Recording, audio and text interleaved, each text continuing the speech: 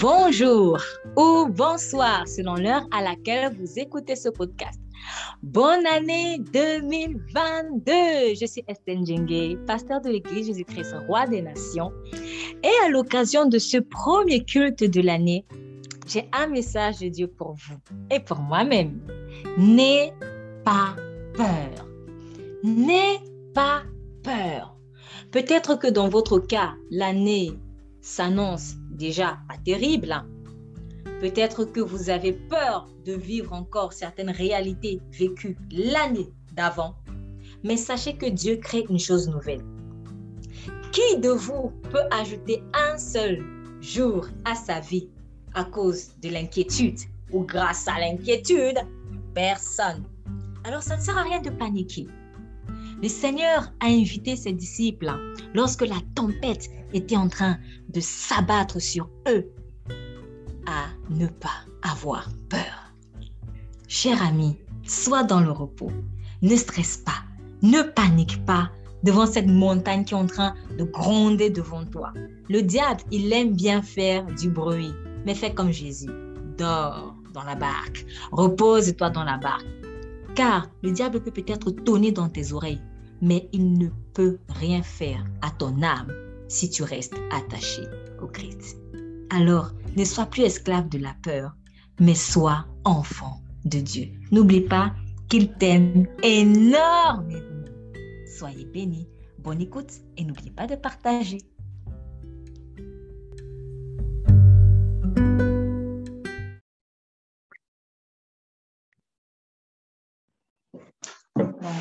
C'est le tout premier culte de l'année 2022. Franchement, le temps passe très très vite et je remercie vraiment Dieu de ce que nous puissions vraiment nous retrouver encore pour dans sa présence en famille, comme j'aime bien le dire, parce que quand on est dans la perspective de ce que en allant au culte, nous sommes en famille, ça change la donne.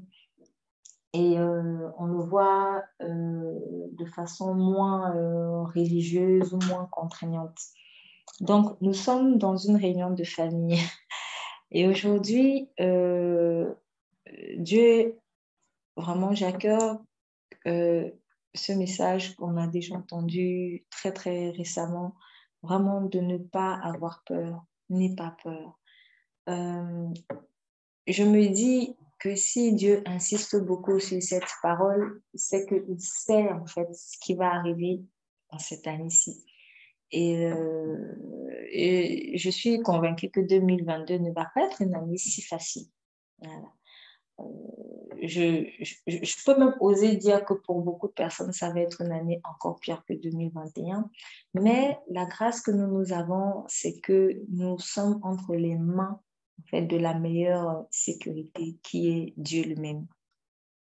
Nous allons aller dans le livre de Marc, lire un passage que nous connaissons très bien. Mais comme il est toujours bon de répéter les choses, il ne faut jamais se laisser d'entendre les instructions du Saint-Esprit. Parce qu'à force de les entendre, en fait, elles prennent vie en nous. Surtout si nous obéissons.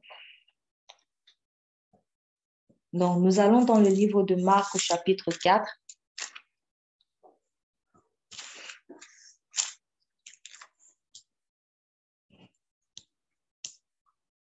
Marc, chapitre 4. Donc, dans le livre de Marc, chapitre 4, Jésus parle de la parabole du semeur. Donc, on connaît bien la parabole du semeur, où il compare 4 types de cœurs, en réalité, 4 types de terre, mais qui sont 4 types de cœurs, 4 types d'êtres humains. Dans la mesure où, il ne faut pas oublier, l'homme en fait, a été créé avec la poussière de la terre. Donc, quand Jésus parle de semer, en fait, dans une terre, tout simplement, il est en train de dire, voilà la parole de Dieu qui est libérée en l'homme. L'homme qui est ici représenté par la terre, par rapport aussi à son origine matérielle, si je puis dire ça comme ça, parce que l'homme a été créé avec la poussière de la terre. Et lorsqu'il a expliqué à ses disciples ce à quoi correspondait chacune des terres, donc la terre pierreuse, la terre épineuse, le chemin et la bonne terre, remarquez que dans la suite, il donne encore une autre parabole. Il dit encore dans le verset 24, avant, bien sûr, de préciser dans le verset 23, si quelqu'un a des oreilles pour entendre, qu'il entende. Donc, vraiment, c'est une façon de dire, de grâce, écoutons bien ce qu'il dit. Parce que le Seigneur avait conscience de ce que dans toute la foule, il y avait des gens qui sont là pour écouter, mais juste pour écouter, parce qu'il parlait très bien. N'oublions pas que on a dit de Jésus, en fait, que quand il prêchait, il était captivant, en fait. C'est-à-dire parce qu'il prêchait différemment, parce qu'il parlait avec autorité, et en plus, il accompagnait sa parole de signes et de miracles. Donc, c'était captivant. Ça pouvait être beau. Peut-être que quand vous avez eu à parler avec des gens de Dieu, peut-être certaines personnes vous ont dit, ah oui, quand tu parles, c'est captivant, c'est bien, on a envie d'être avec toi, parce que ce que tu dis est agréable. Mais ce n'est pas seulement ça. C'est pas juste, c'est agréable, c'est puissant, c'est pas juste ce qu'il attend. C'est, est-ce que tu adhères, en fait? Voilà. Parce que si c'est que pour écouter, parce que c'est puissant, tout ça, bon, c'est pas très intéressant. Mais est-ce que tu adhères à ce que je dis?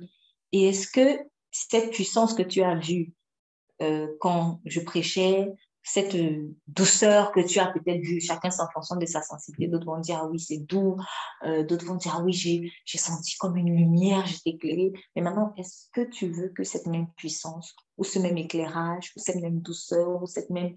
Bref, ce que tu as senti se dégager lorsque Jésus-Christ, soit directement, soit en personne de son moi, mais c'est toujours lui. Est-ce que tu veux aussi cela? Voilà, donc, est-ce que tu veux adhérer à cela? C'est pour cela qu'il dit que celui vraiment qui a des oreilles, qu'il entende. Et il leur dit encore, prenez garde à ce que vous entendez, on vous mesurera de la même mesure dont vous aurez mesuré, et on y ajoutera encore davantage pour vous qui écoutez. On ajoutera davantage pour vous qui écoutez. Ça, c'est vraiment encourageant. Donc, prenez garde à ce que vous entendez parce qu'on vous mesurera de la mesure dont vous aurez mesuré. Donc, en fonction de comment moi j'ai mesuré sa parole, c'est comme ça aussi que je vais être mesurée. C'est ça. Et non, c'est logique en fait. Donc, si j'ai pris sa parole à 50%, je vais être mesurée aussi à 50%. Pourquoi? Parce que je ne recevrai que 50% de sa grâce. C'est pour ça que j'aime bien aussi prendre l'image de la parole de Dieu comme une salade composée. C'est une salade composée et en réalité, c'est pas intéressant de trier. Ah, moi, j'aime bien le cornichon, mais j'aime pas le maïs. Ça, moi, j'aime bien. Non, tu pourras pas t'en sortir comme ça. Donc, vraiment, prenons garde à la manière dont nous mesurons sa parole, parce que c'est comme ça que nous allons être mesurés. Et dans cette mesure-là, on parle d'obéissance, en fait. Donc, dans tous les domaines où j'obéis, il y aura forcément du fruit. Mais là où je n'aurai pas obéi, il n'y aura pas du fruit. Mais ce qui est dramatique, et c'est un constat que j'ai fait, ce qui est dramatique, c'est que souvent, dans les points où je n'ai pas obéi, ça va affecter même là où j'ai porté du fruit. C'est ça. Et c'est pour cela aussi qu'il nous encourage à obéir à toute la loi. Et lui-même, il dit, car si tu enfreins une seule lettre de la loi, en fait, tu enfreins toute la loi.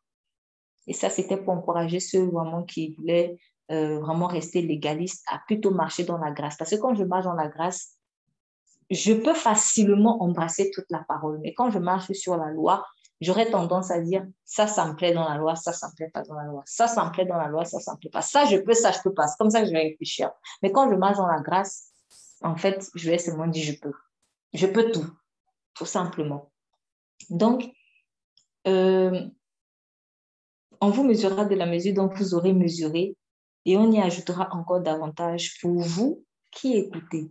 Donc, si j'écoute, le Seigneur va continuer de rajouter et de rajouter et de rajouter encore.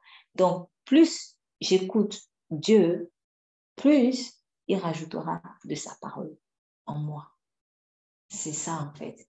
Donc, lorsque mon âme est exercée à adhérer à lui, en fait, il ne fait que rajouter encore sa parole.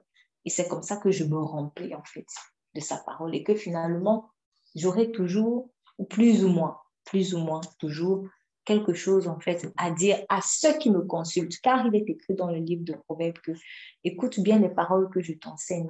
Ce sont des paroles de vérité. Car pour que tu puisses aussi répondre par des paroles de vérité à ceux qui te consultent.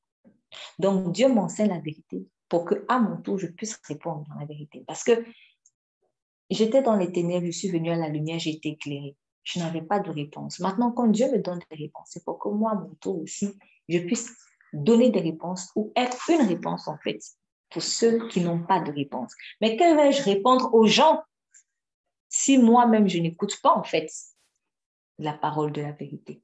Parce qu'eux, ils viendront me dire, s'il te plaît, donne-moi la réponse. Je veux la vérité. Tout le monde en réalité cherche la vérité. Même celui qui aime bien le mensonge. Au fond, il aspire à la vérité. Parce que tout le monde cherche des gens, par exemple, fidèles. Les gens fidèles, ce sont des gens vrais.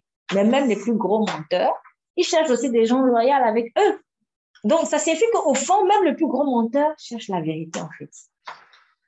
Donc, on se rend compte que tout le monde, au fond, aspire à la vérité. Donc, il faudra toujours s'attendre à ce que des gens viennent à toi pour rechercher la vérité. Et tu dois leur donner cette vérité-là. Mais pour la leur donner, il faut que toi-même, tu en sois rempli. Donc, comme il dit aussi, faites attention dont vous mesurez. Si j'ai reçu juste une petite portion et que quelqu'un vient me demander, s'il te plaît, moi, je ne sais pas moi, si j'ai reçu 5 kilos de riz, s'il te plaît, j'ai faim vraiment avec toute ma famille ou alors j'ai besoin de 10 kilos de riz. Ah, désolé, j'en ai que 5. Mais en fait, tu aurais pu avoir même 100. Pourquoi? Parce que tu as juste mesuré dans toute la parole de Dieu qui est illimitée, tu as juste mesuré 100 kilos. Du coup, tu ne peux que donner 5, pas plus. Et c'est un peu dommage quand même. Donc, prenons garde, en fait, à la manière dont nous mesurons sa parole. C'est-à-dire, Seigneur, j'accepte ça, ça, j'accepte pas. Ça me plaît, ça me plaît pas. Quand il me dit ça, ah oui, je suis contente d'obéir. Franchement, je me prêche à moi-même. Si je suis contente d'obéir, mais ça là, Seigneur, non. Non, non, non, non, non, non, non.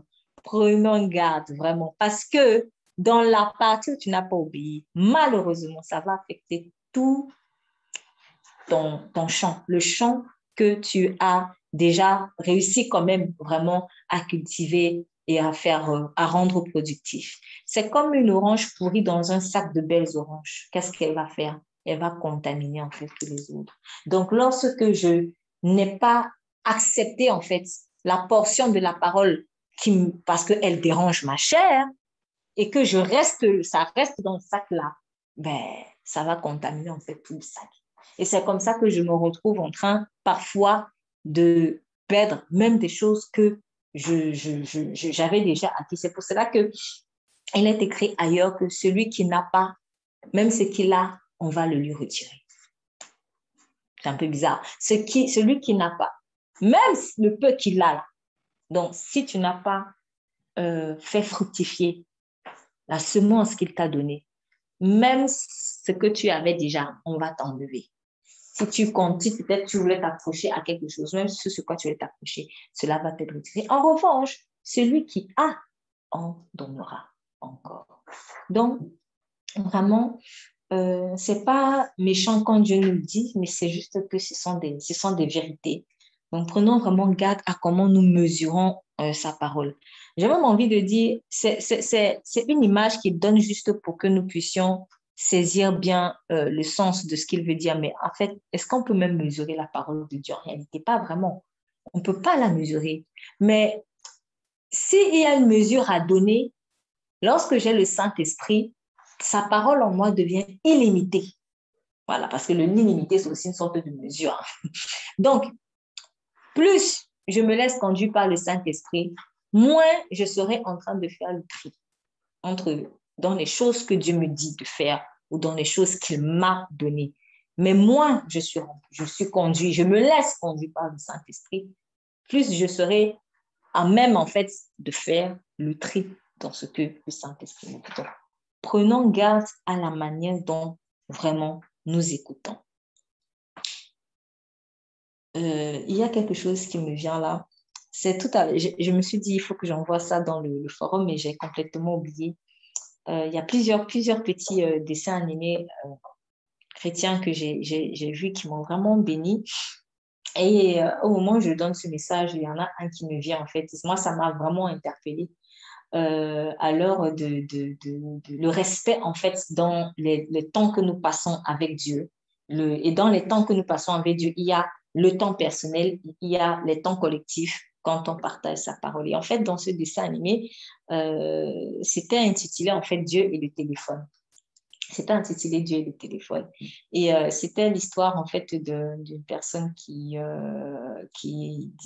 voilà, il ne voulait pas rester à la maison. Non, maman, non, je ne peux pas rester à la maison. Tu sais que j'ai réunion à l'église, tout ça, tout ça. Il dit, ah, ok, donc vas-y, il va servir à Dieu. Et puis, il allait à l'église. Et puis, c'était une réunion de prière ou de partage de la parole, en fait. Je pense que c'était un moment où on partageait la parole.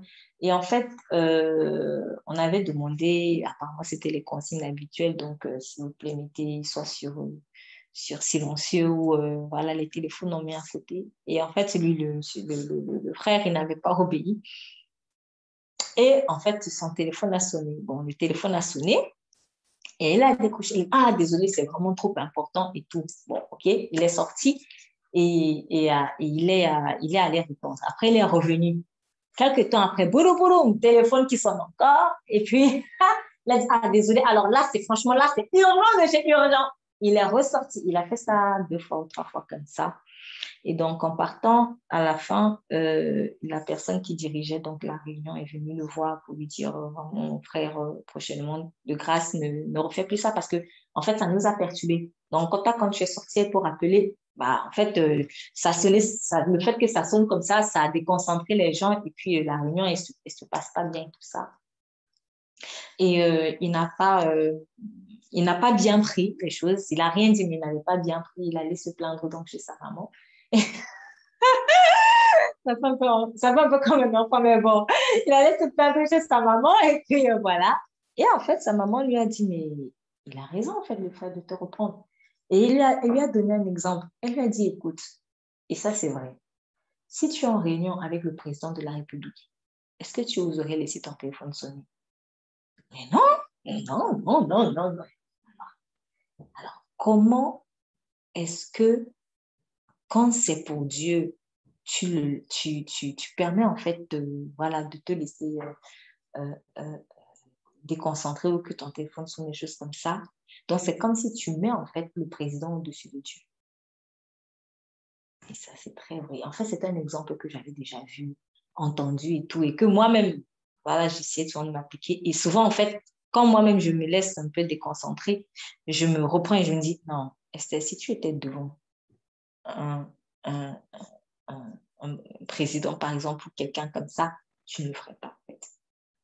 On va même très loin. Si tu es seulement à la mairie pour ton papier, si tu es seulement à la mairie pour ton papier, à l'accueil de la mairie seulement, ou à l'accueil de la préfecture, juste pour une formalité administrative, tu ne vas pas laisser même que ton téléphone, même si c'est important, même si c'est le travail, même pour le travail, tu demandes même le congé, rien que pour aller à la petite mairie de ta ville. Donc, franchement, si ça on fait, comment avec Dieu, on ne respecte pas le temps qu'on a avec lui. Et vous voyez, il y a parfois des petits signes comme ça qui montrent un peu la valeur que la personne a en fait dans ton cœur. Donc, souvent, on va penser que c'est peut-être anodin, hein, mais c'est la vérité. Même lorsque tu parles avec quelqu'un, franchement, même quand tu parles avec quelqu'un et que c'est un entretien sérieux, ça peut être quelqu'un de ta famille, ça peut être un ami, ça peut être un collègue, peu importe, mais tu ne vas pas, ça ne va pas te faire plaisir de voir qu'à chaque fois, il se laisse interrompre et qu'il prend, alors qu'il a dit, ah oui, je vais t'écouter, là, on va vraiment prendre sérieux, là, c'est sérieux, on va prendre un temps. Ça ne va pas te plaire, en fait. Donc, À plus forte raison, le roi des rois et le Seigneur des seigneurs. Prenons garde à la manière dont nous mesurons sa parole parce que, euh, euh, comme autre chose, ça peut être le téléphone, ça peut être, je ne sais pas moi, mais le diable s'en sert pour nous distraire, en fait. Il s'en sert vraiment pour nous distraire. Faisons très, très attention. Et c'est comme ça qu'il vole. Dans le chapitre, la première terre, quand il dit que la terre, la parole était versée sur le chemin, elle était versée sur le chemin. Et après, Jésus a dit, le diable, il est venu pour la voler. Je me suis toujours demandé, mais en fait, il fait comment pour voler? Parce que là, tu n'as pas expliqué, Seigneur. Les autres, on voit bien que la pierre représente ceci, les épines représentent le monde, etc. Mais en fait, le chemin, tu n'as rien dit. Enfin, peut-être, moi, je ne vois pas bien, mais c'est pas forcément, il n'y a pas une manière précise de vol qui est identifiée. Mais pourquoi il n'y a pas une manière précise de vol? Parce qu'il y a mis une manière de voler. C'est ça. Donc, il n'a pas donné un exemple précis parce que le diable peut utiliser plein de méthodes, en fait, pour voler. Et finalement, ton cœur, il devient comme un chemin. Donc, faisons attention, en fait, à tout ce qu'il va utiliser pour te détourner, en fait, de son regard, pour te voler, en fait, la parole. Je prends un exemple très simple encore. Parce que ça nous arrive très souvent lorsqu'on est en culte ou en réunion de prière ou même parfois quand on est dans sa présence, hein, ça peut arriver. Ça nous arrive très souvent même. Tu es en train de prier, tu es en train de lui parler et puis à un moment, un sommeil bizarre alors que tu n'avais pas sommeil. Hein. Sur le coup, tu n'avais pas sommeil. C'est-à-dire peut-être que tu venais même de, je ne sais pas, de prendre du café ou du thé, mais en fait, tu étais en forme. Tu as parlé avec quelqu'un, tu étais en forme il n'y a même pas 5 minutes. Et quand maintenant tu t'assois pour dire, Père, là, on va parler. Un sommeil, je ne sais d'où sort. Voilà le vol. Ça, c'est une façon de voler. Donc, ça peut être par le téléphone, ça peut être par... Ou alors, je ne sais pas moi, ça peut être des enfants. Ça peut être en passant par les enfants. Au même moment, subitement, l'enfant a une envie. Papa! Alors que tu as dit à l'enfant, s'il te plaît, là, pendant ce temps, je ne veux pas que tu me déranges pas. Il y a mille et une manières de voler. C'est pour ça que Jésus n'a pas donné d'exemple précis. Là, il y a cet exemple qu'il a donné il y a plus de 2000 ans. Donc, il y a plus de 2000 ans, il n'y avait pas encore, par exemple, des téléphones portables. Donc, sachant que le temps évolue, Dieu veut nous laisser, en fait, vraiment comprendre aussi par les différentes situations comment est-ce que le diable peut voler. Ça peut être des mauvaises pensées, c'est-à-dire au moment où je viens vraiment dans sa présence, bizarrement, boum, je suis assaillie de pensées mais négatives. Et ce que je devais lui dire, ou alors ce qu'il devait me dire, et qu'il m'a même déjà dit, quand ça rentre, ça descend, au lieu que ça descend dans le cœur, les pensées bizarres m'assaillent, et puis, du coup, le cœur, il est troublé, parce qu'en fait, les pensées, c'est dans le cœur aussi. Quand je laisse des pensées bizarres donc commencer à troubler mon cœur, la parole vient, elle est troublée, elle est troublée, elle est troublée, et puis, je ne sais pas où elle va. C'est une façon de voler. En fait, s'il y a d'autres pensées dans ton cœur qui sont non conformes à la pensée que Dieu est en train de déposer, ça va pas matcher. C'est aussi une façon, en fait, de voler. Une autre façon de voler, une autre façon que le diable utilise, par exemple, pour voler, eh ben, c'est carrément l'insensibilité. Voilà. Donc, il y a des gens, c'est-à-dire quand il vient, il a déjà, peut-être, j'ai déjà décidé de ne pas écouter. Mais en fait, je fais semblant. J'ai déjà décidé de ne pas vraiment écouter. Donc, je suis là pour faire poli. Voilà. Ça aussi, c'est une façon de voler, en fait. Donc, c'est-à-dire, peut-être que j'appréhende ce qui va être dit. Souvent, ça arrive. Surtout si je sais que j'ai fait une bêtise. Si je sais que j'ai fait une bêtise et que j'ai peur peut-être de la correction de Dieu, je me dis, si je vais au culte là, je vais me sortir une parole. Donc, non. Donc, de deux choses, soit je fais genre, non, bon, je vais quand même venir parce que aussi, si tu ne viens pas, on peut se poser des questions. Donc, déjà, tu vois que tu te forces à venir et c'est pas sain. Parce que franchement, c'est pas sain de venir dans la contrainte. Mais tu viens en fait pour faire semblant. Et en fait, tu te prédisposes, quel que soit ce qu'on dit. Moi, c'est pas pour moi. C'est-à-dire cette pensée de je m'endurcis déjà. C'est une façon, en fait, que le diable de juste te voler. C'est ça. Il y a aussi la peur. Donc, d'ailleurs, c'est le thème. N'aie pas peur. Il y a la peur, c'est-à-dire que la parole te touche tellement et tu sais que c'est vrai. Et tu sais qu'elle va engendrer peut-être une prise d'opposition. Et là, tu as peur. Tu te dis, oh non, là, non. Ah, je sais, Seigneur, ça me parle parce que vraiment, c'était trop précis. Mais non, j'ai trop peur. J'ai trop peur. Parce que si je fais donc ça, qu'est-ce qu'on va dire? Qu'est-ce qu'on va penser? Qu'est-ce que je vais commencer comment? Et du coup, tu laisses la peur t'assaillir et elle prend la place de la parole dans ton cœur et la parole ne peut plus entrer. Et après, même tu oublies. Souvent, les oublis, les trous de mémoire qu'on a, c'est pas normal. Souvent, c'est spirituel, en fait. Je vous assure. Si vous savez que dans le monde, vous aviez souvent des problèmes de trous de mémoire ou de distraction, comment dire, voilà, de distraction, de déconcentration.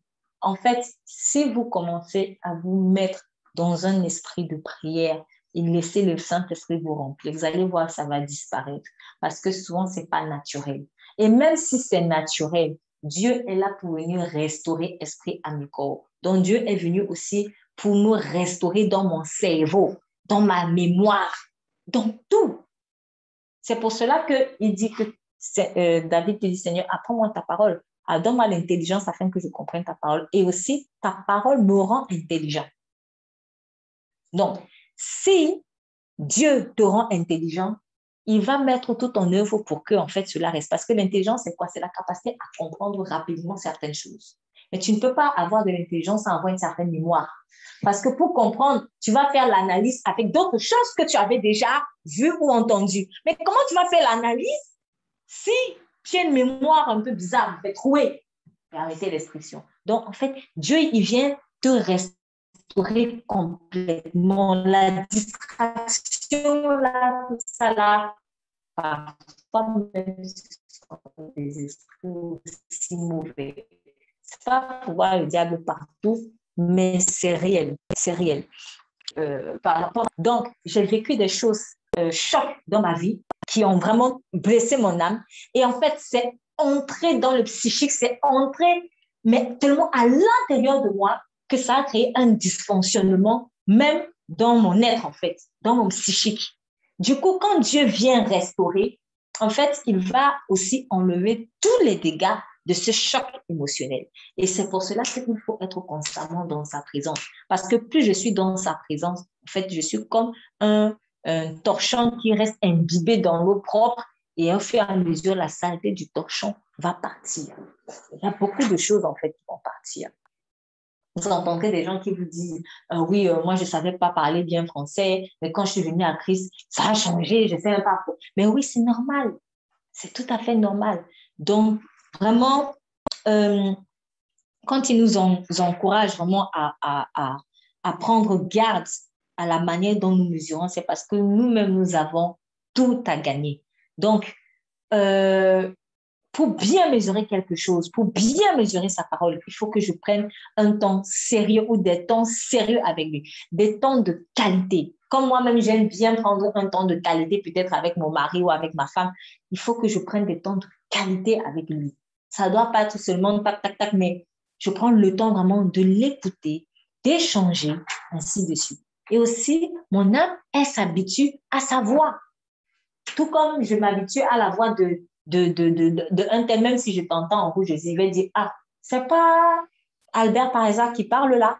Pourquoi? Parce que je suis tellement habituée à parler avec Albert, en fait. C'est la même chose. Il y a quelque temps, j'ai appelé une personne avec qui j'ai l'habitude d'échanger et que je n'ai pas eu depuis un moment en plus. Mais en fait, j'avais appelé avec un autre numéro parce que j'avais changé entre-temps. Dès que j'ai dit, allô, bonjour et tout, ah, ça, directement, la personne a reconnu en fait ma voix. Mais pourquoi? Parce que l'habitude, c'est pareil avec le Seigneur.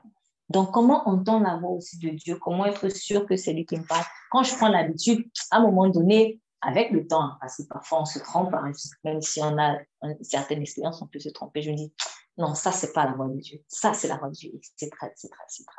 Donc, voilà un peu comment je peux mesurer la parole quand il dit Prenez garde à la manière dont vous mesurez, ça implique prenez garde à la manière dont vous écoutez, prenez garde à la manière dont vous prenez du temps avec moi, prenez garde à la manière dont vous mettez en pratique ce que je suis en train de dire. Et il dit encore, le royaume de Dieu est comme un homme qui jette de la semence en terre, soit qu'il dorme ou qu'il se lève la nuit ou le jour. La semence germe et croît sans qu'il sache comment, car la terre produit d'elle-même premièrement l'herbe, ensuite l'épis, puis le grain formé dans l'épi. Et quand le fruit est dans la maturité, on y met aussitôt la faucille parce que la moisson est prête. Alors, ça veut dire quoi? Ça veut dire que la même manière qu'un cultivateur, quand il jette sa semence, est-ce qu'il vient pour dire mangue, tu pousses quand? Rapide. Même s'il fait ça, ça sert à quoi? Rien. Donc, tu ne peux pas planter ta mangue aujourd'hui et maintenant venir, même si tu prends autorité au nom de Jésus, la mangue ne va pas pousser demain. Elle ne poussera qu'en sa saison. Ça, c'est quelque chose que Dieu m'apprend depuis, parce que je sais que c'était vraiment, et jusqu'à présent, je le reconnais, souvent, c'est vraiment un grand défaut. On ne peut pas forcer le timing de Dieu. On ne peut pas forcer. Tu montes, tu descends. Si il a dit que ça va sortir tel jour, et même si tu n'as pas révélé le jour, là, tu es seulement obligé de suivre. Si tu as révélé, tant mieux pour toi. Si tu n'as pas révélé, ça ne sert à rien. Ça ne sert à rien. Je le dis pourquoi? Parce qu'il y a quelques jours, vraiment, vers la fin de l'année, j'ai ressenti une grande frustration dans mon cœur et je n'étais vraiment pas contente. Et en parlant avec le Saint-Esprit, en fait, et surtout en faisant justement le bilan, vraiment quand je vous donnais le conseil de faire le bilan. En fait, c'est aussi en faisant, bon, je commençais déjà à faire mon bilan dans ma tête. Et là, je me disais, mais Seigneur, il y avait ça qui devait s'accomplir, ça. Et ça ne s'est pas accompli. Alors là, franchement, je ne comprends pas. Et j'étais vraiment frustrée. J'étais énervée, j'étais en colère. Et c'était très subtil parce que je ne manifestais pas vraiment, mais en fait, j'ai réalisé en parlant avec Dieu mais j'ai l'impression que tu m'as menti, en fait, Seigneur, parce que tu m'as dit ça devait s'accomplir. Et en fait, Dieu m'a dit, je ne t'ai pas donné de date, c'est toi-même qui avais choisi une date pour l'accomplissement. C'est toi-même qui avais choisi une date et tu t'es convaincu, en fait, que c'est moi qui t'ai donné une date. Et c'est vrai que je m'étais donné cette date-là parce que pour moi, ça paraissait logique. Donc, je me suis dit, ah oui, comme c'est comme si ça. Ah, c'est celui qui veut me dire que ça va se faire. Je prends un exemple comme ça. C'est celui qui veut me dire que ça va se faire le 1er août. Et là, tu te convaincs que quand je vois tous les signes de non, c'est que le 1er août. En plus, le 1er août, c'est prophétique, hein? Tu vois? Tu commences à faire la spiritualité de oh là là là là là là. C'est prophétique. Donc, il y a telle chose le 1er août. Dans ma vie, donc c'est sûr que ça va sortir le 1er août. Quand le 1er août arrive, il n'y a rien. Je te dis, oh là là là là, Seigneur. Mais c'est pas normal. C'est pas normal, tu m'as menti. Mais en même temps, tu sais que Dieu ne ment pas. Donc, du coup, tu ne comprends plus rien et ça te frustre parce qu'il y a une incompréhension. Et là, le Seigneur te dit, enfin, en tout cas, comme il m'a dit à ce moment, c'est toi qui t'es donné une date. Moi, je ne t'ai pas donné de date. C'est toi qui t'es donné une date. Et ça montre que tu veux gérer le temps. Ma parole ne s'accomplira qu'en son temps. C'est ça. Non, quand il dit vraiment que quand il a jeté la semence, que tu dors, que tu sois debout, quand Dieu a jeté sa semence dans ta vie, ça va pousser. Ça va pousser en sa saison. Surtout que nous sommes comme un jardin de Dieu. Nous sommes comme le jardin d'Éden de Dieu, dans lequel il y a plusieurs types d'arbres fruitiers. Donc, il y a plusieurs choses que Dieu a semées. Il sème des noix de coco, il sème des manguiers, il sème des papayers, voilà, il sème des goyaviers, voilà, il sème de l'orange. Et l'orange, comme la noix de coco, comme la goyave, elle ne pousse pas au même moment. Donc, chacun de ces fruits pousse en leur saison. Et chacun de ces fruits a aussi des besoins différents. Ce qui veut dire que les choses que Dieu a semées en toi, chacune de ces choses-là pousseront en leur saison. Parfois, il va te révéler le timing. Parfois, il ne va pas te révéler le timing. S'il ne t'a pas révélé le timing, fais-lui confiance parce qu'en réalité, le timing, c'est lui. C'est pour apprendre la patience, en fait. Parce que vous savez, souvent aussi, quand on a à chaque fois le timing, on manifeste une fausse patience. C'est comme quelqu'un qui héberge une autre personne. Mais au fond, en fait, c'est pas vraiment parce qu'elle a le cœur de l'hospitalité. Au départ, peut-être elle pense qu'elle a le cœur de l'hospitalité. Hein. Et puis, à un moment donné, dans son cœur, elle s'est dit, bon, moi, je vais l'héberger, mais c'est pour 3 mois maximum. Hein. Voilà. D'ailleurs, même aujourd'hui, c'est ce qu'on fait. Bon, tu viens chez moi. C'est pour combien de temps? C'est devenu normal. Hein. Je ne dis pas que c'est une chose mauvaise. Hein. Mais en fait, souvent, je dis bien sûr, je ne dis pas que c'est une chose mauvaise, mais bien souvent aussi, ça cache au fond un manque d'amour simplement. Pourquoi? Parce que c'est traduit ceci. Moi, je suis prête à te supporter pour 3 mois, pas plus. Donc, et dans notre relation avec Dieu, on lui fait pareil. Seigneur, je suis prête à supporter cette personne pour 1 an, pas plus. Après 1 an, là, c'est bon. Ce qui veut dire que pendant les 3 mois que tu as donné à la personne pour être chez toi, tu vas tout faire pour être gentil. Pourquoi? Parce que tu te dis, patience, c'est que pour 3 mois. C'est que pour 3 mois. C'est que pour 3 mois. Mais c'est faux. Donc, tu es dans une fausse patience, en fait. Tu fais semblant d'être patient. Pourquoi? Parce que la patience, en réalité, elle est illimitée. La patience de Dieu ne meurt pas, puisque l'amour ne meurt pas. Or, l'amour est patient. Donc, la patience, en fait, ne meurt pas. Donc, si toi, tu as donné 3 mois à ta patience, c'est même pas la patience, c'est Babylone. C'est Babylone, en fait. Ah, j'ai déjà trop attendu, Seigneur. C'est vrai, hein? C'est vrai. Donc, vraiment, pour celui à que tu as, par exemple, hébergé, que tu dis non, je vais attendre 3 mois et tout. Et après, même après les 3 mois, la personne va partir. On va dire, oui, elle était trop gentille avec moi, elle m'a bien accueilli. C'est vrai, mais est-ce que si tu avais fait 3 ans, le visage aurait été le même? Peut-être que si tu avais fait 3 ans, tu aurais même vu son vrai visage. Et souvent aussi, c'est ce que l'homme ne veut pas. En fait, pourquoi l'homme ne veut pas qu'on reste, surtout si c'est la lumière, reste trop chez lui? Parce que il a peur que finalement, un jour, la lumière fasse éclore les ténèbres qui ont en lui.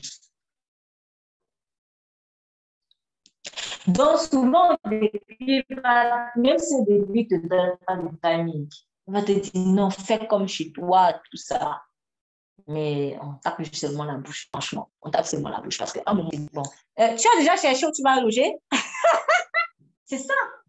Et c'est souvent, c'est dès que Christ commence à se manifester. Mais si tu restes dans les ténèbres, si tu restes d'esclave, tu vas voir, il ne va pas forcément te dire ça. Pourquoi? Parce que lui, il a intérêt à ce que tu restes dans l'esclavage puisque tu le sers.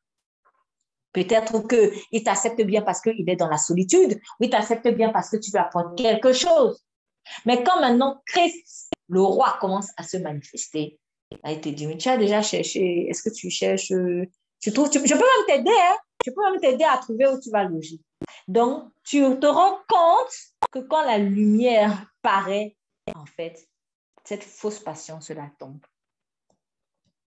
Donc, c'est ça. Si Dieu nous met dans des situations, et souvent ne nous donne pas le timing, c'est pour que nous-mêmes nous mesurions, en fait, l'ampleur de la chair, que nous mesurions l'ampleur du faux. Puisque nous lui avons dit, Seigneur, enlève-moi le faux. On a chanté ça, enlève-moi. Ah, ok, mon enfant m'a donné la permission de pouvoir lui enlever le faux. Et puis, il te donne une situation où alors il fait une promesse, mais il donne pas le timing.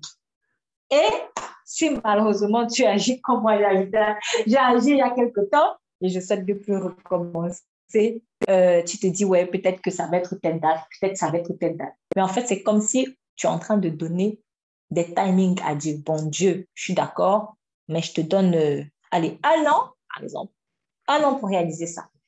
Et pendant 1 an là, tu es patiente. Pendant 1 an là, tu es dans la prière.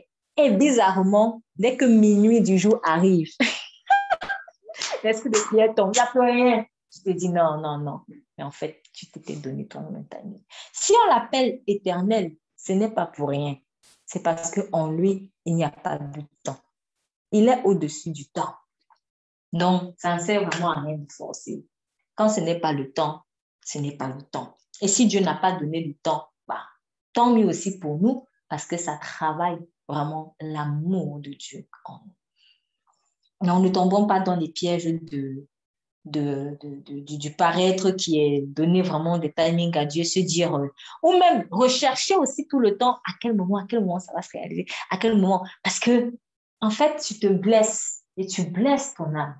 Tu te blesses.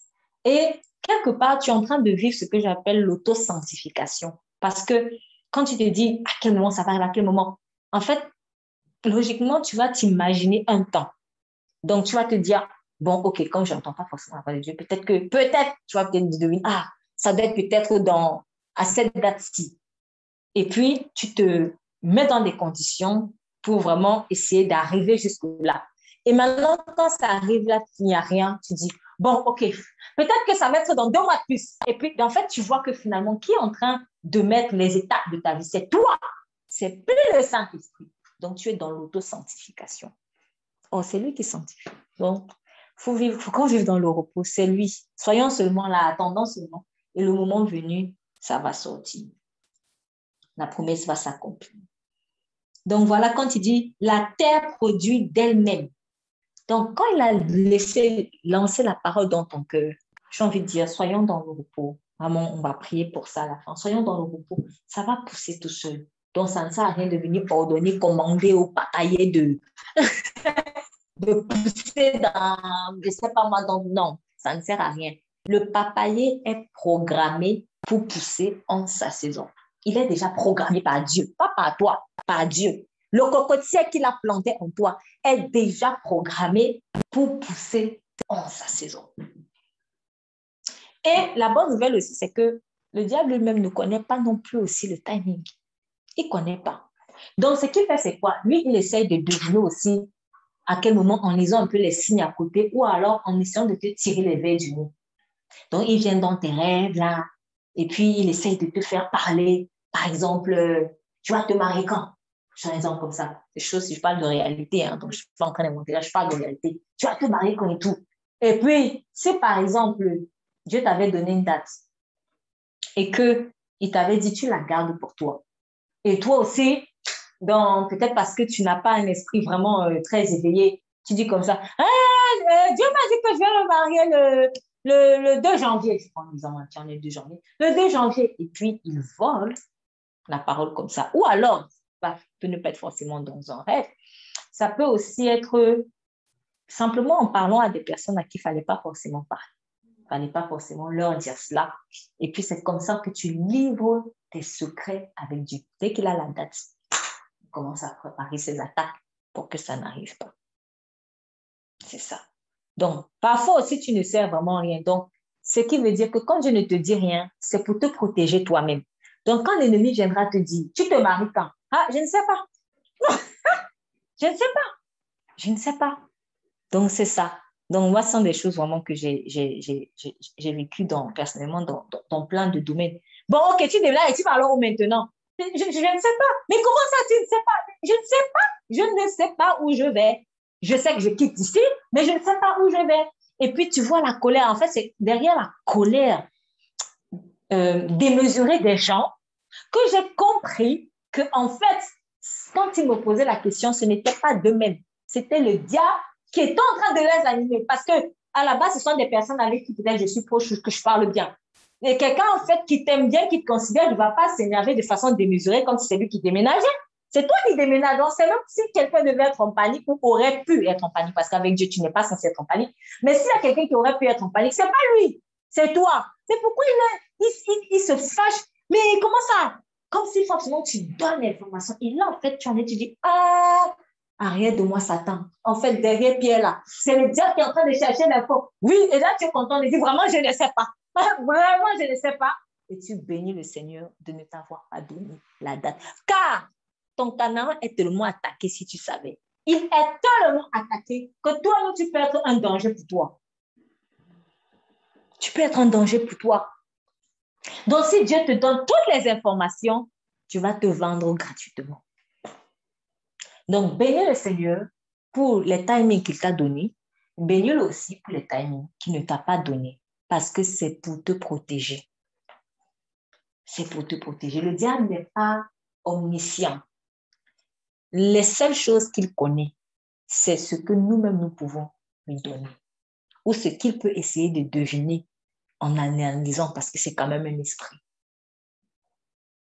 Mais vraiment, si Dieu ne nous donne pas tout, c'est pour nous protéger nous-mêmes. Donc, laissons la terre produire d'elle-même, premièrement l'herbe, l'épi, puis le grain. Et ça va se faire en son temps. Donc, comme il dit, la terre va produire d'elle-même d'abord l'herbe, ensuite l'épi et ensuite le grain, comme le maïs.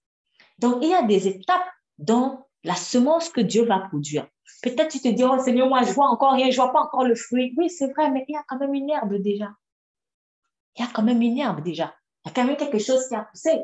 Et il faut que l'herbe pousse avant que le grain pousse. Et avant que le grain pousse, il faut que l'épi pousse. Donc, c'est étape par étape. Donc, il faut être patient, en fait. Il faut être patient. Et lorsqu'il a donné ces paraboles, juste après, je vois cela comme une mise en pratique. Donc, il finit d'enseigner, après il met en pratique. C'est toujours comme ça que Jésus fait, quand vous observez. Dès qu'il finit de prêcher, boum, il y a toujours une circonstance pratique qui arrive pour éprouver la foi des disciples par rapport à ce que Jésus venait de prêcher. Et après donc avoir donné ces enseignements-là sur les différentes paraboles par rapport au royaume des cieux, il dit, verset 35, « Ce jour-là, quand le soir fut venu, il leur dit, passons de l'autre côté de l'eau. Et après avoir envoyé le peuple, ils amenèrent Jésus dans la barque comme il y était. Et il y avait aussi d'autres petites barques qui l'accompagnaient. Alors s'éleva un grand vent. S'éleva un grand coup de vent et les vagues entraient dans la barque en sorte qu'elle commençait à s'emplir. Mais il était à la poupe, dormant sur un oreiller. Ils le réveillèrent et lui dirent, « Maître, ne te soucies-tu pas que nous périssions? » Mais lui, étant réveillé, parla avec autorité au vent et il dit à la mer, « Tais-toi, sois tranquille. » Et le vent cessa et il se fit un grand calme. Puis il leur dit, « Pourquoi avez-vous peur? Comment n'avez-vous point de foi? » Pourquoi avez-vous peur? C'est quand même incroyable parce que comment Dieu nous aime. Parce que franchement, avoir des élèves comme nous, des élèves ou des disciples comme nous, je crois que si Jésus n'était pas ce qu'il était, il nous aurait abandonnés depuis longtemps. Parce que c'est quand même, franchement, ça peut être très, très décourageant. D'avoir à tes côtés des gens qui ont vu de leurs propres yeux tout ce que tu étais capable de faire jusqu'à ressusciter des morts. Waouh! Tu étais capable de ressusciter des morts. Tu as multiplié le pain pour nourrir 5000 hommes sans compter les femmes et les enfants à 2 reprises. Tu as guéri des paralytiques, ouvert les yeux des aveugles. Mais, quelque part, quand on nous dit quand même que c'est important d'avoir des distances avec Dieu, en fait, c'était pour eux la première fois d'expérimenter la puissance de Dieu sur la mer. Donc, ça veut dire quoi? Ça veut dire que dans la marche avec Jésus-Christ, quand tu le suis, tu le vois, tu le découvres dans l'aspect, par exemple, guérisseur de malades, tu le découvres dans l'aspect Dieu pourvoyeur qui multiplie, mais peut-être que tu n'as pas encore connu l'aspect celui qui a autorité sur les mers. Donc, qu'est-ce qu'il va faire? Il va donc t'amener dans le sentier de la mer pour que tu le découvres comme le Dieu qui a aussi l'autorité sur la mer. Car lui-même, il a dit, il est écrit dans la parole, il veut que nous puissions être à la stature parfaite de Christ lorsque nous le contemplions. Donc, à force de contempler Jésus-Christ comme dans un miroir, nous sommes transformés à son image de gloire en gloire. Donc, ce qui veut dire que Dieu ne veut pas que tu le connaisses seulement Dieu pourvoyeur. Il ne veut pas que tu le connaisses seulement Dieu guérisseur de malades, mais il veut aussi que tu découvres l'aspect de celui qui a l'autorité, même sur la mer. Mais comment vas-tu connaître cet aspect-là si tu ne pars pas sur la mer? Donc, c'était ça. C'est vrai qu'on a souvent tendance à être un peu dur quand même avec les disciples. Aussi un tout petit peu dur avec nous quand même. Mais c'est vrai que c'est aussi décourageant quand des gens ont vu que tu étais capable de faire des choses et ils ont peur. OK. Mais en fait, il faut toujours voir ce côté pédagogique du Saint-Esprit. C'est que ils ne connaissaient pas, ces disciples-là n'avaient pas encore vu Jésus sur la mer et faire ça. C'est vrai qu'ils auraient peut-être vu Jésus multiplier les poissons dans l'eau, mais ce n'était pas Jésus qui a pris autorité sur la mer. Donc, c'est pour cela que Dieu va t'emmener sur la mer pour que tu vois comment il prend autorité sur la mer. Et c'est comme ça que tu grandis de gloire en gloire. Tu pourras dire, je connais cet aspect de Dieu. Je connais cet aspect de Dieu. Ça aussi, je connais. Ça aussi, je connais. Et c'est comme ça, en fait, que tu grandis. Sachant que l'aspect de Dieu dont tu as la révélation, cet aspect-là qui est en toi, puisque tu as l'ADN de Dieu, il va aussi sortir. Donc, tu vas aussi apprendre à prendre autorité sur la mer. C'est déjà en toi. Mais s'il n'y a pas l'expérimentation de la chose, ça ne pourra pas sortir. C'est pour cela qu'il demande aussi de nous laisser nous instruire par lui. Ça ne sert à rien d'aller sur des hommes.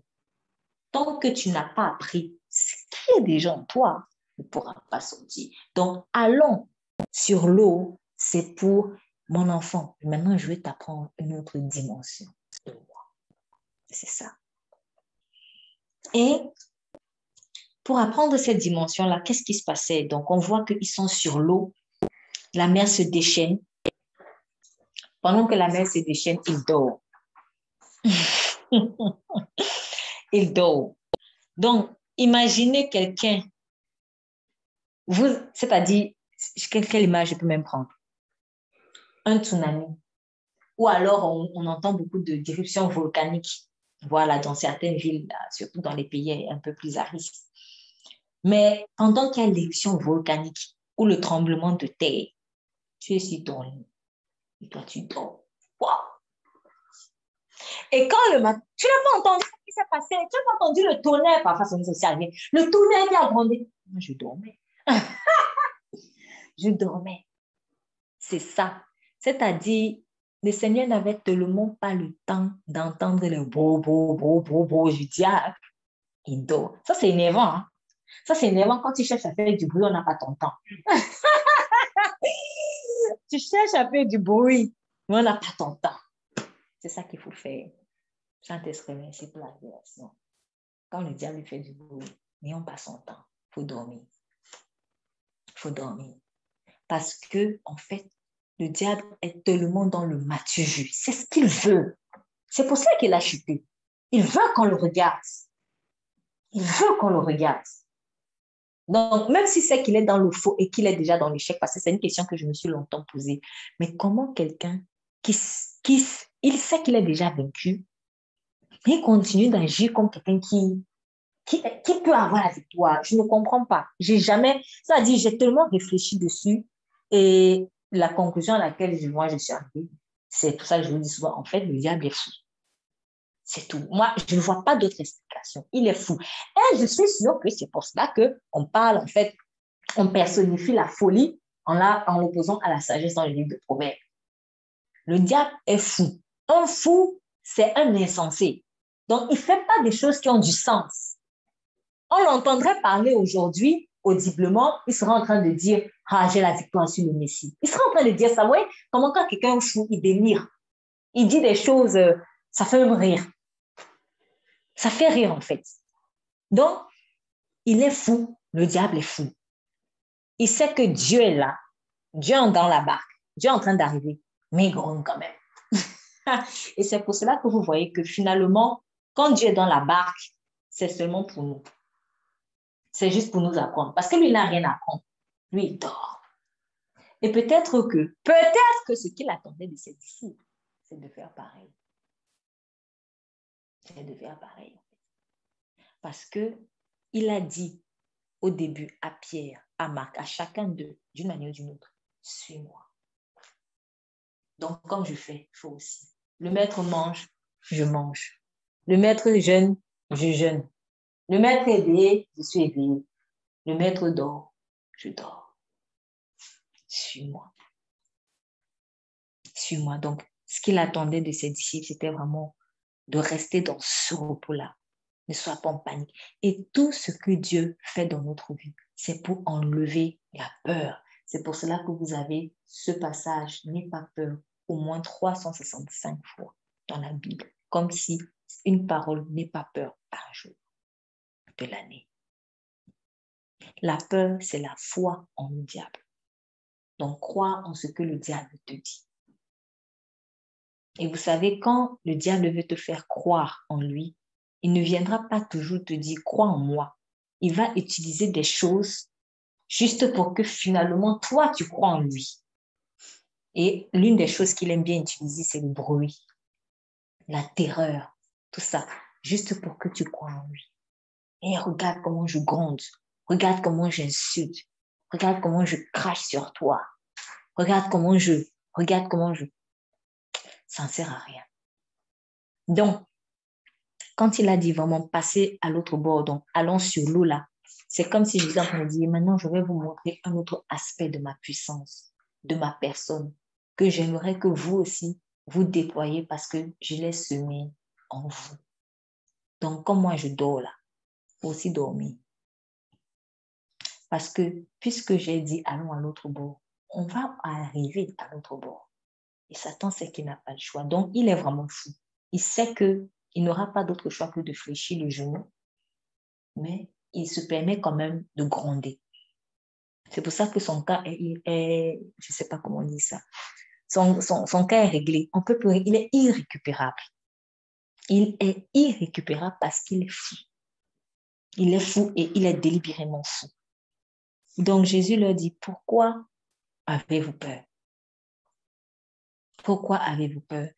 Je pense que c'est une question qu'il faut se poser lorsque on va voir la peur nous assaillir. Il faudrait qu'on s'asseye et qu'on se parle à notre âme nous-mêmes, comme David avait l'habitude de parler à son âme. Mon âme, pourquoi tu as peur? Pourquoi tu as peur? Si je peux répondre à cela, bon, on peut dire que, OK, on va comprendre. Mais en général, c'est une question à laquelle on ne répond pas. Pourquoi? Parce que finalement, il n'y a rien derrière. Pourquoi as-tu peur? Mon âme, pourquoi as-tu peur? Donc, il leur dit, pourquoi avez-vous peur? Comment n'avez-vous point de foi? Donc, je dors avec vous dans la barque, je suis dans la barque et je me repose. Et il y a aussi un autre qui est en train de crier, qui est en train de vous menacer, mais vous choisissez de faire plus confiance à la voix de celui qui est à l'extérieur de la barque. Est-ce qu'il est dans la barque de nous? Le diable, quand il gronde, c'est toujours du fin fond de sa prison. Mais en fait, c'est toi qui es libre. Toi, tu passes entre les couloirs. Mais lui, derrière les barreaux, il crie. Mais c'est que là, il vocifère tellement que c'est vrai que ça peut intimider. Mais ce n'est pas parce qu'il vocifère qu'il va sortir. Son compte est déjà réglé. C'est depuis la prison qu'il vocifère. Et en fait, en vociférant, ce qu'il veut, c'est que toi, tu le rejoignes. Parce que quand tu entends des cris, waouh, tu vas te lever chercher d'où ça vient. Mais non, ne lui donne pas, en fait, ne lui fais pas cet honneur. Ne fais pas cet honneur au diable. D'aller le rejoindre, en fait, à sa cellule pour savoir, mais qui est en train de crier comme ça? Donc, comment n'avez-vous pas de foi? Et ils furent saisis d'une forte grande crainte. Et ils se disaient l'un à l'autre, mais qui est celui-ci que le vent même et la mer lui obéissent? Donc, quand je disais tout à l'heure que les disciples n'avaient pas la révélation en fait, de Jésus comme celui qui a autorité sur la mer. Donc, quand ils ont vu ça, ils se sont dit, non mais, qui est-il? Qui est-il? Donc, quand tu vas connaître vraiment Dieu sous l'aspect de celui qui prend autorité sur les mers les plus violentes, tu pourras vraiment réaliser à quel point il est grand. Et c'est ce que le Saint-Esprit veut. Et pour terminer, donc l'intérêt d'aller à l'autre bord, il y avait moi-même, c'est-à-dire avoir la révélation vraiment de la grandeur de Dieu, apprendre à lui faire confiance, mais nous verrons qu'en fait, en passant à l'autre bord, il n'y a pas que moi-même. Parce qu'il y avait un but. Pourquoi il a demandé à ses disciples de passer à l'autre bord? Parce que Jésus avait besoin de libérer quelqu'un dans une autre ville. Donc, quand Dieu te fait traverser un chemin qui paraît vraiment très, très épineux, ce n'est pas forcément lié à toi. C'est plutôt lié aux gardiens des ténèbres de la vie. C'est ça. Et si ces gens-là, ces ténèbres-là, n'avaient pas peur de toi, ou plutôt de Christ qui est en toi et qui est avec toi, ils ne se seraient pas levés. Vous savez, quand vous avez peur, vous devenez hystérique. Je ne sais pas si ça vous est déjà arrivé, en fait. Vous devenez hystérique. Moi, personnellement, je reconnais il y a quelque temps, j'ai perdu, j'avais oublié mon sac avec tout ce qu'il y a à l'intérieur, tous les papiers, les cartes bleues, tout ça. Vraiment tout, j'avais complètement oublié dans des toilettes publiques dans une gare. Et je m'en suis rendu compte seulement bien plus tard. Et au moment où je me rends compte, je réfléchis, je me dis, ah mais oui, sûrement, ça a dû être lorsque j'allais dans les toilettes. Et j'ai commencé à courir parce que bientôt les toilettes allaient se fermer. J'avais juste quelques minutes. Et je demandais aux gens qui travaillaient dans la gare, mais monsieur, ça se trouve où les toilettes? Parce que je ne retrouvais même plus en fait où se trouvent les toilettes parce que la gare était très grande. Et j'ai rencontré donc un monsieur qui me dit, Madame, vous parlez de quelle toilette? Et là, en fait, je lui ai crié dessus. Mais c'est venu, mais spontanément. Et franchement, c'est pas courant que je fasse ça. Et j'ai crié dessus, j'ai dit, mais je cherche mon sac! J'ai crié comme ça. Et en fait, c'est parce qu'il m'a repris et qu'il m'a dit, hey, calmez-vous, que j'ai même réalisé que j'étais devenue hystérique. Vous savez, en fait, j'étais tellement dans la panique que je n'ai même pas réalisé que j'étais en train de le crier dessus. Mais en fait, je ne l'ai pas le crier dessus. Mais c'est la panique en moi qui m'a fait crier en mode, mais j'ai perdu mon sac. Sachant avec tout ce qu'il y avait à l'intérieur, il a dit, mais madame, calmez-vous, ne criez pas. Elle a dit, ah, pas crier, j'ai crié. Je lui ai dit, monsieur, pardon, vraiment, excusez-moi, c'est pas gentil de ma part. Et après, quand je me suis calmée, il m'a indiqué. Et j'ai retrouvé les sacs. Attends, Dieu merci, parce que franchement, c'était de in extremis. Mais ça m'a rappelé, vraiment, ça m'a interpellée, pardon. Bon, pour la petite histoire, ce qui est marrant, c'est qu'après, j'ai retrouvé le même monsieur en sortant. Il me dit, alors, vous avez retrouvé ça? J'ai dit oui. Après, il me dit, ah, ah, bon, priez pour moi alors pour me remercier. Ah! Et je lui ai dit, bah, vous savez même pas vous parler un pasteur. Et en même temps, je me suis dit ça, mais en même temps, j'étais quand même un peu honte. Parce que je me suis dit, ah, Seigneur, quel témoignage! Quel témoignage pour un enfant de Dieu! Mais bon, être enfant de Dieu ne veut pas dire qu'on est parfait. Donc, on est des êtres humains qui sont en transformation. C'est justement pour cela qu'on a besoin de Jésus. Mais ça a été vraiment une belle leçon pour moi. J'ai beaucoup réfléchi. Je me suis dit, waouh, c'est ça les effets de la peur. En fait, quand tu es dans la peur, tu deviens un autre. Ta nature change. C'est pas ta nature normale. C'est pas ta nature normale, mais en fait, tu deviens une autre personne. Tu deviens hystérique, tu deviens comme colérique, tu cries. Bref, tu deviens négatif. Bref, tu deviens comme le diable. Et c'est ce qu'il veut. Qu'on lui ressemble. Qu'on lui ressemble. Et en plus, dans la peur, tu perds tes moyens. Parce que dans la panique, ça ne m'aidait pas moi non plus à retrouver la direction des toilettes, en fait. Et ça n'aidait pas non plus la personne à qui j'ai demandé de l'aide à m'aider. Parce que j'étais hystérique, je criais et il ne comprenait même pas ce que je voulais. C'est seulement quand je me suis calmée que j'ai expliqué et là, il m'a compris. Mais ce qui veut dire que quoi? Ce qui veut dire que quand tu es dans le stress, la panique, même Dieu, hein, il ne pourra pas en fait. C'est pour cela qu'il dit que c'est dans le calme et la confiance que seront votre force. Si tu es seulement dans la peur, le Saint-Esprit ne pourra pas vraiment travailler avec toi.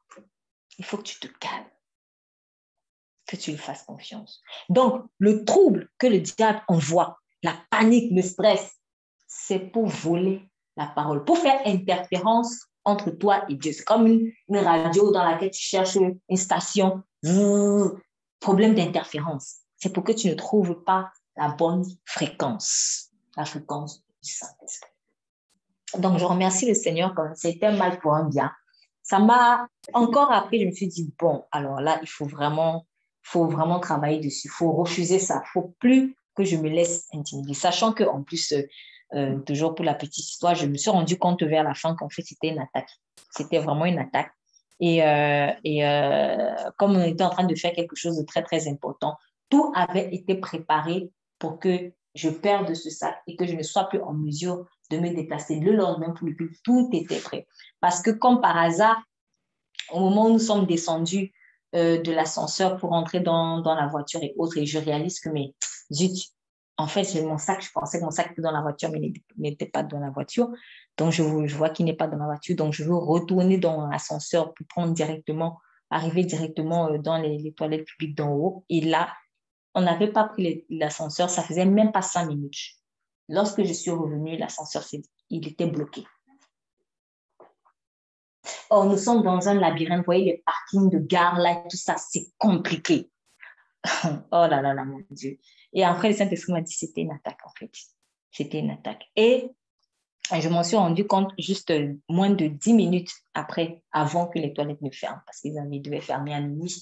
Et je m'en suis rendu compte à peut-être moins le quart ou un truc comme ça. Donc, il fallait retrouver la sortie dans ce labyrinthe-là, prendre des escaliers, tourner. Oh là là, c'était un truc de fou. Et le Saint-Esprit m'a dit, en fait, il y a eu une atmosphère vers la fin, en fait, de la soirée, une atmosphère de panique que l'ennemi a libérée. Et c'était pour éviter en fait, ne peut être focalisé sur lui et t'empêcher de terminer la soirée en bonne et due forme. Mais bon, le Seigneur a déjoué les plans, Dieu merci.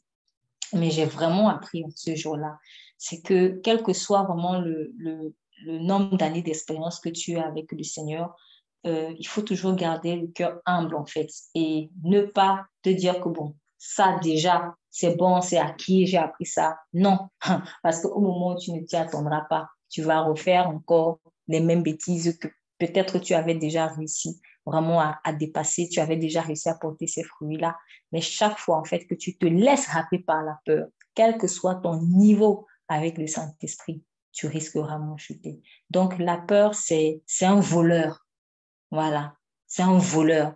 C'est un voleur de paix. C'est un voleur de grâce. C'est un voleur de... En fait, elle est là pour te détourner de la grâce de Dieu.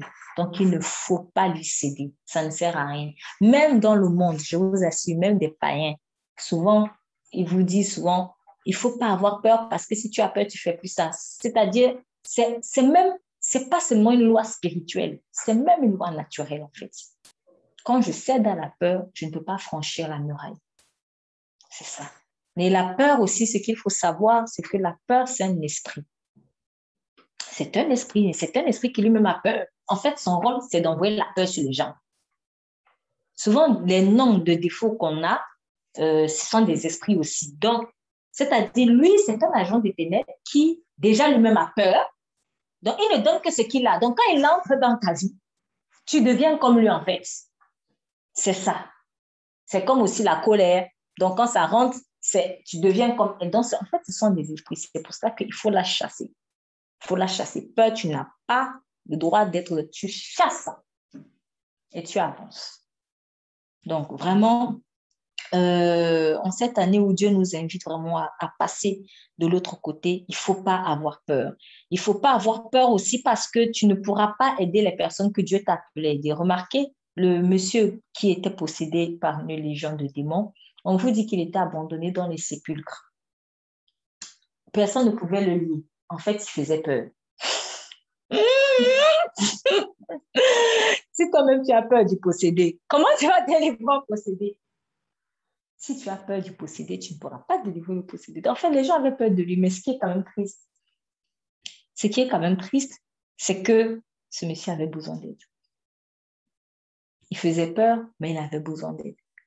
Et sûrement qu'il savait que lui-même, il faisait peur, mais ça ne lui plaisait pas de faire peur. Ça ne lui plaisait pas d'être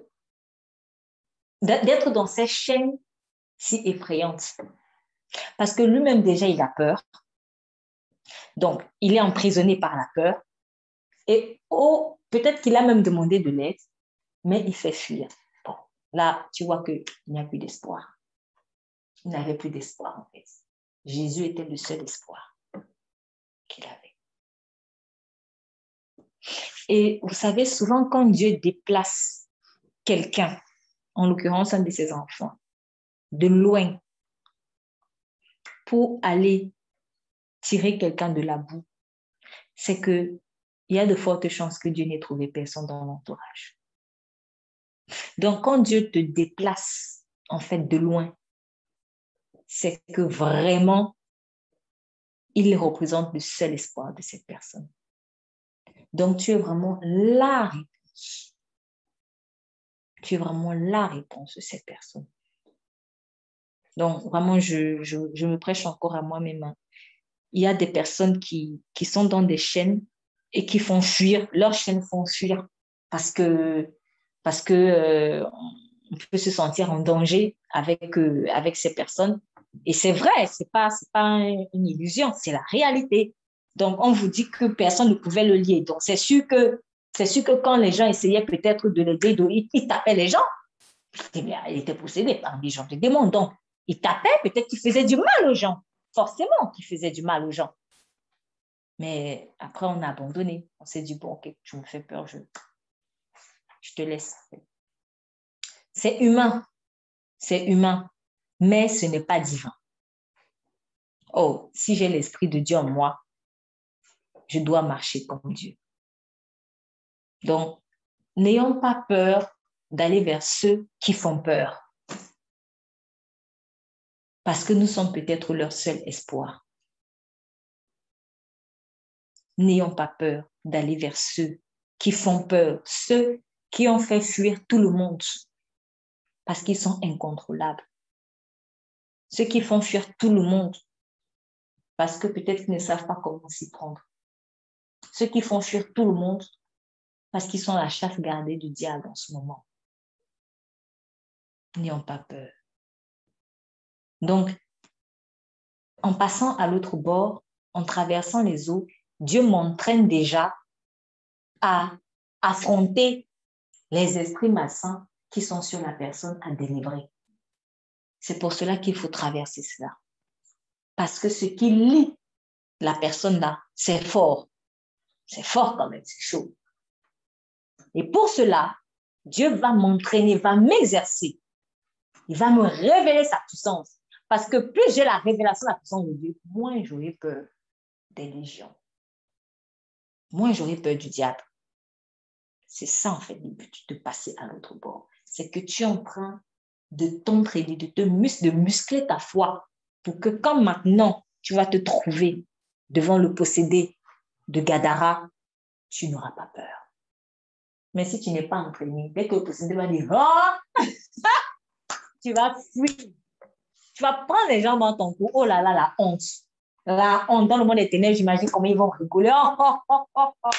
J'imagine comment ils vont rigoler, quoi. Ah non, ne donnons pas la honte au Seigneur. Ne donnons pas la honte au Seigneur. Mais c'est ça. C'est ça, en fait. Donc, quand vraiment Dieu prend la peine de nous forger, acceptons. Parce qu'il y a des gens qui n'ont plus d'espoir. Ils ont peut-être cherché l'espoir, ils n'ont pas, ils ont cherché de l'aide, on n'a pas pu les aider. La seule aide que les gens ont pu donner, c'était mettre les chaînes, mais eux-mêmes, ils ne connaissent pas, c'est pas en enchaînant un possédé que tu vas l'aider, en fait. C'est pas ça. C'est la lumière de Christ, tout simplement. C'est la vérité de Christ. Donc, quand Dieu veut te faire passer à l'autre bord, il ne te dit pas d'abord avant ce que tu vas voir là-bas. Parce que s'il te dit, bon, maintenant, on va voir un possédé qui est comme ça, qui est nu, qui fait ce qui fait ça, tu vas dire, oh, Seigneur, non. S'il te plaît, bon, toi, va à l'autre bord, moi, je t'attends de l'autre côté ici. Tu auras peur. Donc, il ne te dit pas tout, il ne t'avertit pas. Parfois, il te donne juste des signes, mais il ne te donne pas tout ce qu'il y a à l'intérieur. Un peu comme il a fait avec Joseph. Je pense que s'il avait donné à Joseph toutes les péripéties par lesquelles il devait passer avant d'être gouverneur d'Égypte, Joseph aurait dit, tu sais quoi, garde ton royaume d'Égypte pour toi. Je préfère rester avec mon père ici, on est bien à Canaan. Voilà, on est pépère et tout. Et oui, on fait tout ça. On fait tout ça. Pourquoi? Justement parce qu'on n'a pas encore la révélation de sa grandeur à un certain niveau. C'est pour cela qu'il a dit, prenez garde à comment vous mesurez. Comme nous sommes dans une certaine mesure, donc du coup, on va aussi être limité par rapport au type d'obstacle auquel on est confronté. Et on ne pourra pas aider donc ces possédés de Gadara. Donc, passer par l'autre bord et expérimenter les fleuves, l'eau qui se déchaîne contre moi, c'est en fait avoir une plus grande révélation de la puissance de Dieu, de telle sorte que même si c'est 1 milliard de gens qui viennent grandir, je reste seulement debout. Parce que je dirais, je connais la grandeur de mon Dieu. Je connais la grandeur de mon Dieu. Donc, quand il a donc délivré ce monsieur qui brisait ses chaînes, les fers, personne ne pouvait le dompter, et qui était nuit et jour dans les montagnes, dans les sépulcres, vous vous rendez compte, quelqu'un qui dormait dans les cimetières. Donc, quelqu'un il dormait dans la mort. Quelqu'un qui dort dans la mort. Waouh! Déjà, les cimetières, on a peur. Souvent, on a peur. On ne devrait pas, en fait. On ne devrait pas. Je ne dis pas non plus vraiment d'aimer les cimetières, mais en fait, on ne doit pas avoir peur. Si Dieu te dit, va dans un cimetière, parce qu'il y a quelque chose à faire là-bas, il faut partir. On ne doit pas avoir peur. Jésus n'a pas eu peur de ça. Donc, s'il a vaincu la mort, je ne dois pas avoir peur. Ce sont que des cadavres. Et même s'il y a 1 milliard d'esprits dedans, moi, j'ai Dieu en moi. Ils sont tous soumis à Jésus. Donc, mais humainement parlant, surtout quand il n'y a pas l'esprit de Christ, déjà voir le cimetière, ça fait peur. Donc, on te dit maintenant qu'il y a quelqu'un qui te tape sans se salir. Non, mais franchement, tu ne vas pas partir. Si tu n'as pas l'esprit de Dieu, tu ne vas pas partir. Et quand il voit pourtant Jésus, il fléchit les genoux. Et les esprits lui disent, envoie-nous ailleurs. Envoie-nous dans ce troupeau. Et il les a envoyés dans ce troupeau de porcs. Et le monsieur a été délivré. Il s'est retrouvé dans son bon sens. Il y a quelque chose de très important que je voulais dire à ce niveau. Premièrement, quand Jésus a libéré ce monsieur et a envoyé ces esprits mauvais dans le troupeau de porcs qui sont tombés, on parle de l'entreprise de quelqu'un. Je mets de côté toutes les discussions autour du poids et tout ça là parce que ce n'est pas intéressant. Ce n'est pas ce qui entre dans mon corps qui me fait pécher, c'est ce qui sort de mon cœur. Ce n'est pas dans ce débat-là. Je pense que ce n'est pas le plus important ici. Mais moi, ce qui m'interpelle en termes d'amour, c'est que ce troupeau-là, ça aurait pu être un troupeau de poulets, un troupeau de bœufs, de moutons, peu importe. C'est l'entreprise de quelqu'un. Ça appartenait à quelqu'un, on est d'accord. Moi, c'est l'entreprise de quelqu'un. Donc, imagine que tu as ta ferme.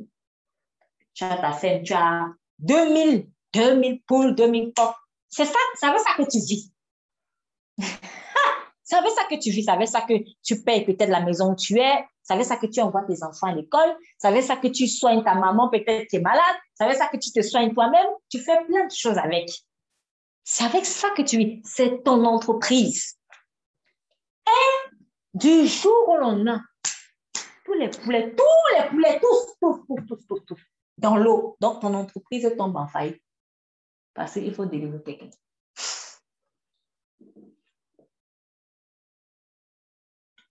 Passer à l'autre bord, c'est être prêt à payer des prix forts. J'ai donné cet exemple parce que Dieu m'avait rappelé en fait une expérience qui m'avait fait vivre. Et je rappelais tout le temps à Dieu, mais Seigneur, dans cette histoire, j'ai perdu 2000 €. J'ai perdu 2000 €. Je lui sortais ça tout le temps dans cette histoire. Et puis il m'a dit, les 2000 € que tu as perdus, c'est pour les âmes qui ont été sauvées. Et en fait, c'est vrai que j'avais vécu un truc. Il y a eu un groupe de personnes en fait qui sont sorties vraiment de leur chaîne. Et je ne voyais pas les âmes. J'étais contente pour eux, mais en fait, c'est comme si c'était moins important. Je regardais juste mon argent. Et quand j'ai lu ce passage, en voyant que en fait, c'était 2000%, le Seigneur me dit, c'est ton argent que tu pleures. C'est ton argent que tu pleures. Cesse de pleurer l'argent, ma fille. Cette entreprise de porc là, c'était pour le salut de quelqu'un. En plus, moi, c'était plusieurs personnes. Donc, mais même pour une personne, Dieu est capable de faire couler ton entreprise. Dieu est capable de faire couler ta maison. Dieu est capable de faire couler tes papiers. Dieu est capable de faire couler ton travail. Dieu est capable de faire couler tout ça. Parce que ce travail, ces papiers, cette entreprise, ces 2000 euros, ces 2000 postes, ces 2000, etc., ne sont pas éternels. Mais l'âme de quelqu'un. Non. En fait, c'est juste, l'idée ici, c'est que il faut qu'on prie vraiment pour avoir l'amour des âmes. C'est important, en fait. Si on n'a pas l'amour des âmes, on va être toujours dans la frustration. Comme moi, j'étais longtemps dans la frustration. Bon, c'est-à-dire, Dieu t'a utilisé dans sa puissance, mais tu sors de là, tu as eu la victoire. Tu commences à dire, hé, ce que j'ai perdu, ce que j'ai... Non, c'est pas comme ça qu'il faut réfléchir. Christ a donné sa vie. Donc, il faut laisser l'argent, la maison, tout ça là. C'est pour que des gens soient sauvés. Des gens qui étaient aussi vraiment dans des chaînes très, très profondes. Il fallait payer, entre guillemets, un prix fort quelque part. Il te restaurera dans tout ce que tu as perdu. Mais sache que Dieu est capable de faire couler ton entreprise pour le salut d'un possédé de Gadara. Il va restaurer. Et quand le monsieur a été sauvé, on l'a vu assis, habillé et dans son bon sens. Donc, il n'était plus fou et les gens étaient remplis de crainte. Et ce qui m'a un peu choqué quand même, c'est que quand ils ont vu cela, ils se mirent à prier, verset 17, à le prier, donc Jésus, de se retirer de leur quartier. Donc, ils ont dit à Jésus, tu sais, s'il te plaît, va-t'en, quitte notre ville. Quitte notre ville. C'est quand même fort, hein? Parce que, est-ce qu'il n'y avait pas aussi par hasard besoin de quelques guérisons, ne serait-ce que ça m'étonnerait en fait. Parce que Jésus est venu pour sauver les gens. Donc, à Gadara, il y avait des gens qui avaient besoin sûrement d'un sauveur. Forcément. Mais quand ils ont vu ce qu'il a fait sur ce monsieur, ils l'ont chassé. Alors, je me demande, est-ce que c'est qu'il y avait intérêt à ce que ce monsieur reste possédé pour eux? Ou alors, la lumière de Christ était tellement forte qu'ils ont eu peur pour eux-mêmes. C'est bizarre. Mais souvent, en fait, on chasse Jésus comme ça. Parce qu'il a fait quelque chose de tellement fort. Et j'ai vu quelqu'un délivrer un démon ou alors manifester la puissance de l'esprit. Moi, je ne vais plus revenir là-bas. Moi, je ne vais plus revenir là-bas. Ce n'est pas normal. Ce n'est pas normal. Ça signifie que tu es vraiment dans... C'est qu'il n'y avait pas que le possédé de Gadara pour qui Jésus était allé. En fait, eux tous étaient dans les ténèbres. Mais il y a un seul qui était disposé. Celui qui était même dans les pires chaînes. Donc, ne néglige pas celui vers qui Dieu t'envoie. Peut-être il est dans des chaînes pires que d'autres. Mais en fait, c'est son cœur qui est même plus disposé par rapport à d'autres qui sont dans des chaînes en apparence moins fortes. Donc, le plus important, ce n'est pas les chaînes, ce n'est pas l'ampleur des prisons, c'est le cœur. Si Dieu voit le cœur de quelqu'un, même si peut-être aujourd'hui cette personne est Dieu, mais si Dieu voit, je peux faire quelque chose avec lui. Je peux, il va le faire. Il va insister. Donc, il faut insister aussi. Il faut insister. Finalement, il est venu pour un seul. Alors qu'ils auraient tous pu avoir aussi leur délivrance. Limite même, j'ai envie de dire, celui qui a perdu son entreprise, il aurait pu dire, hé Jésus, restaure-moi maintenant. Ne serait-ce que demander ça. Mais il dit non, pas. Donc même la restauration, je ne veux pas. Ne serait-ce que venir demander à Jésus, et je fais comment alors maintenant? Et je fais comment? Non, il ne voulait même pas entendre. Souvent, les délivrances font peur. Mais si elles te font peur, c'est que tu n'es pas dans la lumière, en fait. Donc, les gens qui fuient les délivrances, il faut vraiment prier pour eux afin qu'ils acceptent, qu'ils disposent leur cœur à recevoir la délivrance. Donc, la délivrance, c'est en 2 étapes finalement. La première étape, la disposition de cœur. Parce que je peux faire semblant de la vouloir, mais en fait, je ne la veux pas. Et la deuxième étape, c'est effectivement de chasser l'esprit.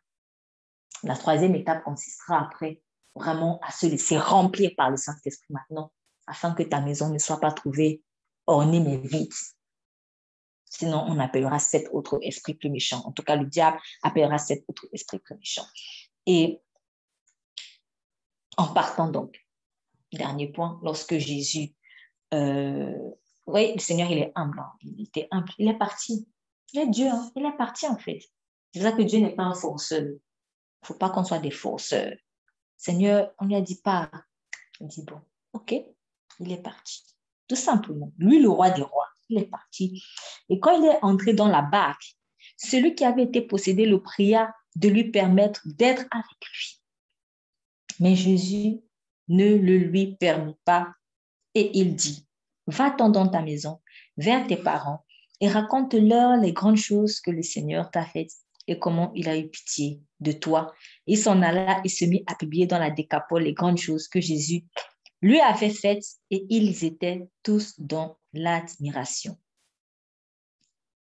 Alors, passer à l'autre bord, j'ai vu dans ce dernier point que, en fait, il y a passé à l'autre bord d'un tel et passer à l'autre bord d'un autre tel. On ne passe pas toujours à l'autre bord de la même manière. Les disciples, en fait, ils étaient en train de suivre Jésus. Et Jésus était en train de repasser à l'autre bord, puisqu'on l'a chassé. Donc, il prenait le sens inverse. Donc, il passait encore à un autre bord, quoi.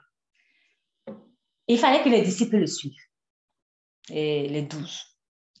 Maintenant, le possédé de Gadara, lui, il vient et dit, je veux te suivre.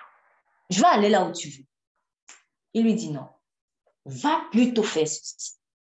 En fait, en obéissant à la parole de Jésus, il est en train de suivre Jésus, mais pas dans la même direction que les disciples. Et lui, il a vécu son passé à l'autre bord d'une autre manière. Il a changé de côté. Il a changé de vie. Il a changé de bord.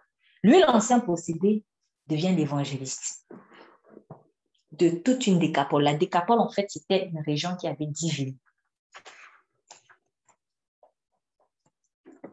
L'ancien possédé, le fou, le dormeur dans les cimetières, est devenu un évangéliste pour 10 villes. Il est passé à l'autre bord. Il a changé de cap, mais pas de la même manière que les disciples. Donc, en passant à l'autre bord, ayons aussi l'humilité de rester dans la spécificité que Dieu nous a donnée. Donc, mon frère ou ma sœur passera à l'autre bord d'une manière, mais moi, je passerai à l'autre bord d'une autre manière. Nous suivons tous Jésus de la même manière. Pardon, en tout cas, nous suivons tous Jésus. Oui, nous suivons Jésus de la même manière. Comment? En obéissant, en fait. Ici, là, il a fallu qu'il obéisse. Jésus lui a donné une mission. Va faire cela. Et il est allé le faire. En faisant cela, il est en train de suivre Jésus. Donc, suivre Jésus, ce n'est pas seulement qu'il faut que je sois là, je me touche sur le pas. Mais en fait, c'est obéir à ce qu'il m'a demandé. Parce que la parole, c'est lui. Et croyez-vous que Jésus n'a pas été avec lui? Si, forcément. Jésus était avec lui quand il était en mission. Donc, c'est ça. Père, nous te bénissons pour vraiment ta parole aujourd'hui. Tu nous encourages à ne pas avoir peur.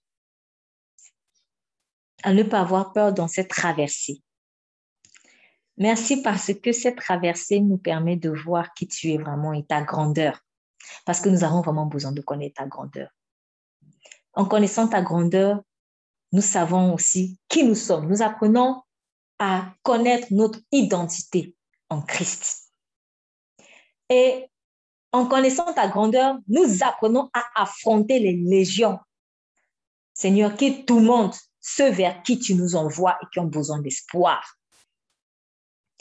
Nous te prions, Père, que tu nous aides à ne plus avoir peur des possédés de Gadara, ces personnes qui ont envie vraiment d'être avec toi, mais qui sont tellement enchaînées et qui sont seules et qui n'ont personne pour les tirer, personne pour les aider, personne pour les aimer, personne pour leur ouvrir les yeux.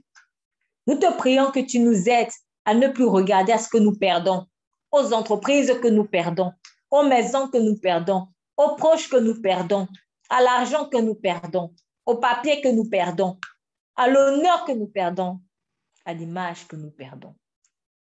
Pour que, Seigneur, des personnes soient délivrées. Même si c'est une seule personne. Car derrière cette seule personne, il y a toute une Décapole. Donc finalement, je n'aurais pas perdu ce que j'ai perdu que pour une seule personne, mais je l'aurais perdu pour toute une décapole. Et au-delà, selon comment tu envoies chacun. Je prie également, Seigneur, que nous puissions apprendre à être humbles dans le respect de l'orientation que tu nous donnes, donc passer à l'autre bord. Pour un, tu diras, rentre avec moi dans la barque. Un autre, tu diras, va plutôt prêcher à la décapole.